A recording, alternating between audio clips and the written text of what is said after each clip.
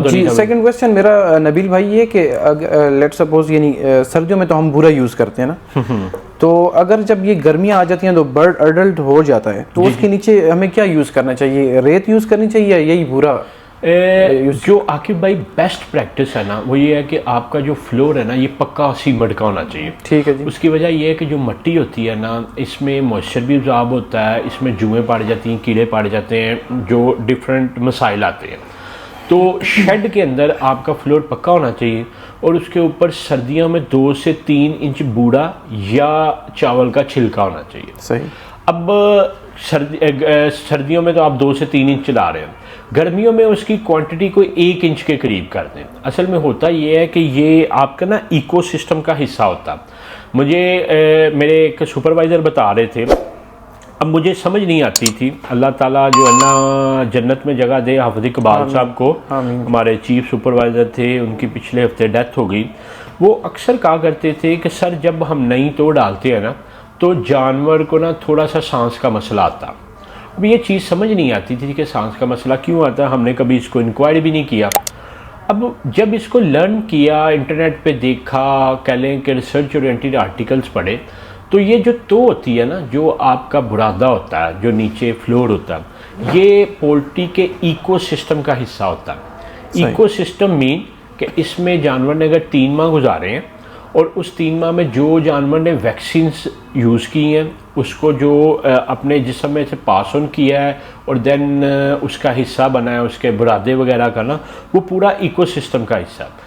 अब उस बुरादे के साथ जानवर की एक अफिलिएशन भी होगी, उसके जैसे हमारे घर का एक कारपेट होता है ना, ये समझो उनके घर का कारपेट है। तो कुछ अच्छी प्रैक्टिसेस ये हैं कि अगर एक जगह से दूसरी जगह वो जानवर को ट्रांसपोर्ट करते हैं तो उसका बुरादा भी साथ लेके जाते हैं और उसी को यूटिलाइज करवाते हैं, क्योंकि वो उसके इकोसिस्टम का हिस्सा होता है। तो आपका एक जो क्वेश्चन था कि वो क्या यूज़ करना चाहिए, सर्दियों में 3 इंच यूज़ करें, ठीक है, चावल का तो यूज़ करें या लकड़ी का बुरादा यूज़ करें, गर्मियों में उसको कम करके तकरीबन 1 इंच के करीब कर दें। मगर जो लोमन है, लोमन की नेचर बड़ी अच्छी है, ये मॉइस्चर नहीं करती, बुरादे को गंदा नहीं करती।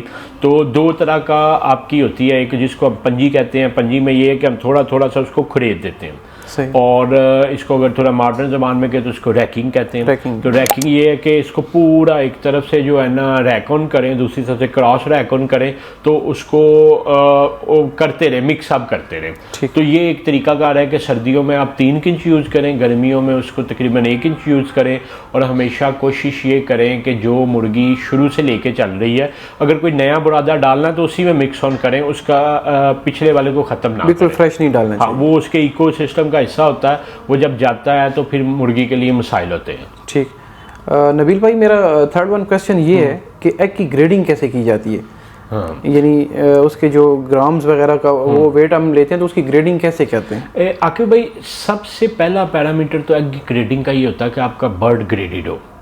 ग्रेडेड बर्ड ये है कि जिस तरह हम अपने यूट्यूब चैनल पे भी बताते हैं कि आपने हर हफ्ते अपने जानवर का कुछ सैंपल साइज़ लेना है, 5%, 3% या जितने परसेंट भी लें उसको निकालें। तो एक बर्ड का जितना वेट आ रहा है, फॉर एग्जांपल आप लेते हैं 25 बर्ड लेते हैं, 25 बर्ड का अगर टोटल वेट आ रहा है 3000 ग्राम आ रहा है, 3000 ग्राम में जो है ना एवरेज निकाल रहे हैं, वो 25 पे अगर डिवाइड करते हैं तो अब फॉर एग्जांपल कहते हैं 3000 ग्राम आया और 25 पे डिवाइड किया तो 120 ग्राम है।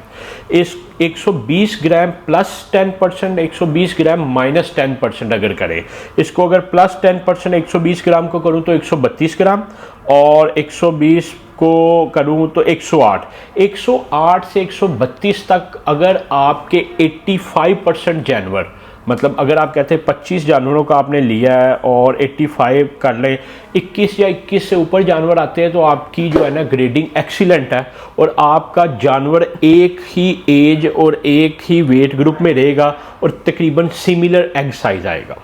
ठीक है, तो ये एक बेसिक पैरामीटर है।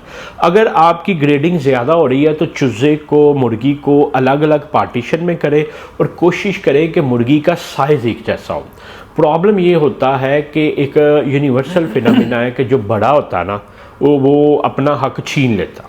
जो बड़ी मुर्गियां होती हैं वो ज़्यादा खा लेती हैं, छोटी मुर्गियां कम खा लेती हैं, तो फिर ये एक प्रॉब्लम होता है कि बड़ी मुर्गियां जल्दी बालग हो जाती हैं, फिर उसको प्रोलैप्स आता है। प्रोलैप्स हम ये कहते हैं कि उसका निज़ाम इस कैपेबल नहीं होता, अंडे का साइज़ बड़ा हो जाता है तो वो अंडा फंस के मर जाती है। और जो छोटी होती है उसकी एज ज़्यादा हो जाती है और अंडे का प्रोसेस जो उसका सिस्टम डेवलप नहीं होता, तो वो अंडे की क्वांटिटी कम कर जाती है। तो पहली बात तो ये कि अपने बर्ड को हर वीक ग्रेड करें, ठीक है ना। 85% से ऊपर उसकी यूनिफॉर्मेलिटी रखें। उसके बाद जब आपका अंडा आएगा तो तकरीबन सिमिलर ग्रेड का आएगा।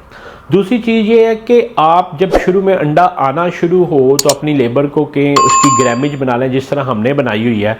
हमने एक ग्रेड बनाया हुआ है क्योंकि हमारे पास मल्टीपल फार्म्स चल रहे होते हैं, तो हमारे पास जब वेयर हाउस में पहुंचता है तो एक 40 ग्राम से कम का ग्रेड होता, उसके बाद 40 से 44 ग्राम का होता, सही। फिर 45 से 47 है, 48 से 50 है, 51 से लेके 58 है और 58 से लेके 65 और 65 अब है।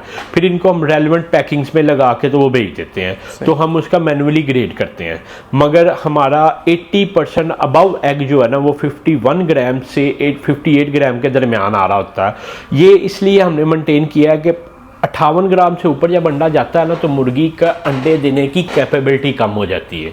मतलब जिधर उसने हफ्ते में 7 अंडे देने हैं अब 6 देगी या 5 देगी, क्योंकि अंडे का साइज़ बड़ा, अंडा लेट बन रहा है और लेट ले कर रही है। ये नॉर्मली बड़े अंडे की मार्केट है अफ्रीका में किलो के हिसाब से अंडा बिकता है, तो लोग बड़े बड़े अंडे लेते हैं। और उधर ट्रेडिशन ये है नाइजीरिया में, जैसे मैंने देखा कि जितना बड़ा अंडा होता है उतने उसके किलो के रेट ज़्यादा होते हैं। जिस तरह हमारे पास मुर्गा के अगर 1600 ग्राम का 1700 ग्राम का तो उसका रेट भी ऊपर हो जाता है पर केजी के हिसाब से। मगर हमारा ये डायलेमा है कि हमारी डजन्स की मार्केट है ना, तो 51 से जैसे ये आप देख रहे हैं तो ये वाइट का जो स्टैंडर्ड है ये 51 से 58 ग्राम का, तो 51 से 58 ग्राम के दरमियान हम अपने अंडे की प्रोडक्शन रखते हैं कि नंबर ऑफ एग्स भी ज़्यादा आए और जो है ना फीड की भी एक इकोनॉमीज ऑफ स्केल रहे। तो एक तो मैंने आपको ये बताया कि आप अपने बर्ड की यूनिफॉर्मेलिटी को इंश्योर करें। एक जैसा बर्ड आपका एक एज में एक साइज़ में होगा तो अंडे का ऑलमोस्ट सिमिलर साइज़ होगा, और दूसरा जब आपके पास वेयर हाउस में आए तो आप उसको ग्रेड कर सकते हैं। तीसरा एक पैरामीटर ये होता है कि खुदा ना खास्ता आपके बर्ड को कभी कोई बीमारी आ जाती है तो वो अंडा बंद करके जब बर्ड दोबारा अंडा शुरू करता है तो वो छोटे ग्रेड से शुरू होता है, तो उस सिचुएशन में भी आप अपने बर्ड्स को ना ग्रेड करें ताकि छोटों को अलग बड़ों को अलग करें। छोटों को ज़्यादा फीड दे के और नॉर्मली 1600-1700 ग्राम पे लूमन रहे तो वो जो है ना 51 से 58 ग्राम तक अंडा दे रही होती है। सही, ठीक है नबील भाई, ये कुछ क्वेश्चंस जो थे वो मैंने हाईलाइट किए हुए थे, बाकी तो अल्हम्दुलिल्लाह आपने मुझे ज़्यादातर क्वेश्चंस का आंसर दिए हुए नहीं कोई और भी है तो आप पूछ सकते हैं। उमर भाई से पूछेंगे कि इनके माइंड में कुछ इस तरह के क्वेश्चन हैं तो आप बता दें। हाँ, अब माइक उमर भाई कहते हैं आपने माइक लगाया हुआ था तो हमें भी माइक दें। ये देखिए, आपके व्यूअर्स को बात पूरी पहुंचे ना हमारी। हाँ, बात पूरी पहुंचनी चाहिए जी। अच्छा सर, आपने मैं आपकी वीडियोस में देखा था ना कि मतलब आपने आईसीयू एक वार्ड बनाया हुआ अपने फार्म के ऊपर। इसकी जो बेसिक मेडिसिन है या बेसिक जो इसके अंदर जो इक्विपमेंट होना चाहिए वो कौन कौन सा होना चाहिए? अच्छा उमर भाई, ऐसा है कि आईसीयू इंटेंसिव केयर यूनिट हमने उस वक्त बनाया होता, सबसे पहले तो समझने की ये ज़रूरत है कि जो चूज़ा बीमार होता है ना उसके खाने की और पीने की कैपेबिलिटीज़ कम हो जाती हैं। अगर हम उसको रेगुलर जानवर के साथ रखें तो वो खाए पिएगा नहीं और डिप्रेस होता जाएगा। अब जब खाए पिएगा भी नहीं तो मेडिसिन ने तो पानी के थ्रू जाना या फीड के थ्रू जाना, तो बेहतर तरीका होता है उसको आईसीयू में ले जाएं, इंटेंसिव केयर में ले जाएं, और इंटेंसिव केयर में हम उसको जो है ना मेडिसिन और बाकी चीज़ें उस तरह चलाते हैं। दूसरा हम ये करते हैं कि हमने अपनी लेबर ट्रेंड रखी होती है और उनके पास सिरिंज मौजूद होती है। जैसे हम अक्सर कहते हैं ना कि एक बंदा है वो खाना पीना छोड़ देता है तो डॉक्टर के पास जाते हैं, डॉक्टर कहते हैं इसको ड्रिप लगा दो, कि मतलब इसको जो है ना इंजेक्ट कर दो क्योंकि इसका मैदा हजम नहीं कर रहा, इसकी कैपेबिलिटी नहीं बन रही, तो इसको ड्रिप लगा दो ये फ़ौरन उठ जाए। तो इसी तरह उमर भाई जो है ना, हम जब उसको आईसीयू में ले जाते हैं तो हमने एक फार्मूलेशन जेंटामाइसिन जो एक बुखार का इंजेक्शन होता है, क्योंकि बुखार एक सिम्टम होता है कि आपकी बॉडी में कुछ डिस्टर्बेंस चल रही है, तो बुखार को जेंटामाइसिन से कंट्रोल करते हैं। उसके अलावा पानी में मोस्टली जानवर को जो सांस का मसला आता है, ठीक है ना, फेफड़ों का मसला आता है, उसमें वेंटोलिन या ब्रोनोकॉल इस तरह का सिरप चला रहे होते हैं और फिर हमारी लेबर पकड़ पकड़ के भी उसको पिलाती है, तो इस तरह हम बड़ी जल्दी रिकवर कर जाते हैं। तो आपके पास एक तो सिरिंज होनी चाहिए, जो मेडिकेटेड सिरिंज होनी चाहिए, 20-25 हज़ार रुपये की सिरिंज होती है जो चूज़ों के लिए। आपकी लेबर ट्रेंड होनी चाहिए, आपके पास इंजेक्शंस पड़े होने चाहिए, आपके पास बेसिक मेडिसिन होनी चाहिए। जैसे ही वो छोटा चूज़ा देखें उसको इंटेंसिव केयर में भेजें। इंटेंसिव केयर में आपकी नॉर्मल हीट से हीट ज़्यादा होनी चाहिए। जैसे हमारे बच्चे भी, अल्लाह माफ़ करे, जब बीमार होते हैं या हम होते हैं, वो कहते हैं ना ब्लैंकेट लें, पसीना आए तो बेहतर हो। तो हीट जो होती है ना, ये एक मेटाबॉलिज्म को इंक्रीज़ करती है। तो उस एरिया में आपका हीटर भी पड़ा होना चाहिए ताकि थोड़ी सी हीट के पैरामीटर्स भी बेहतर हों। ये ना हो कि वो अपनी बॉडी का टेम्परेचर ही मेंटेन करने में एनर्जी लॉस कर दे, तो बीमारी से लड़ने का तो आएगा ही नहीं। तो जब आप आर्टिफिशियल टेम्परेचर दे रहे होंगे तो उसकी बॉडी जो है ना मेटाबॉलिज्म फास्ट करके रिकवर करेगी, बजाय ये कि अपनी एनर्जी टेम्परेचर बनाने पे लगा दे। तो दीज आर दी थिंग्स।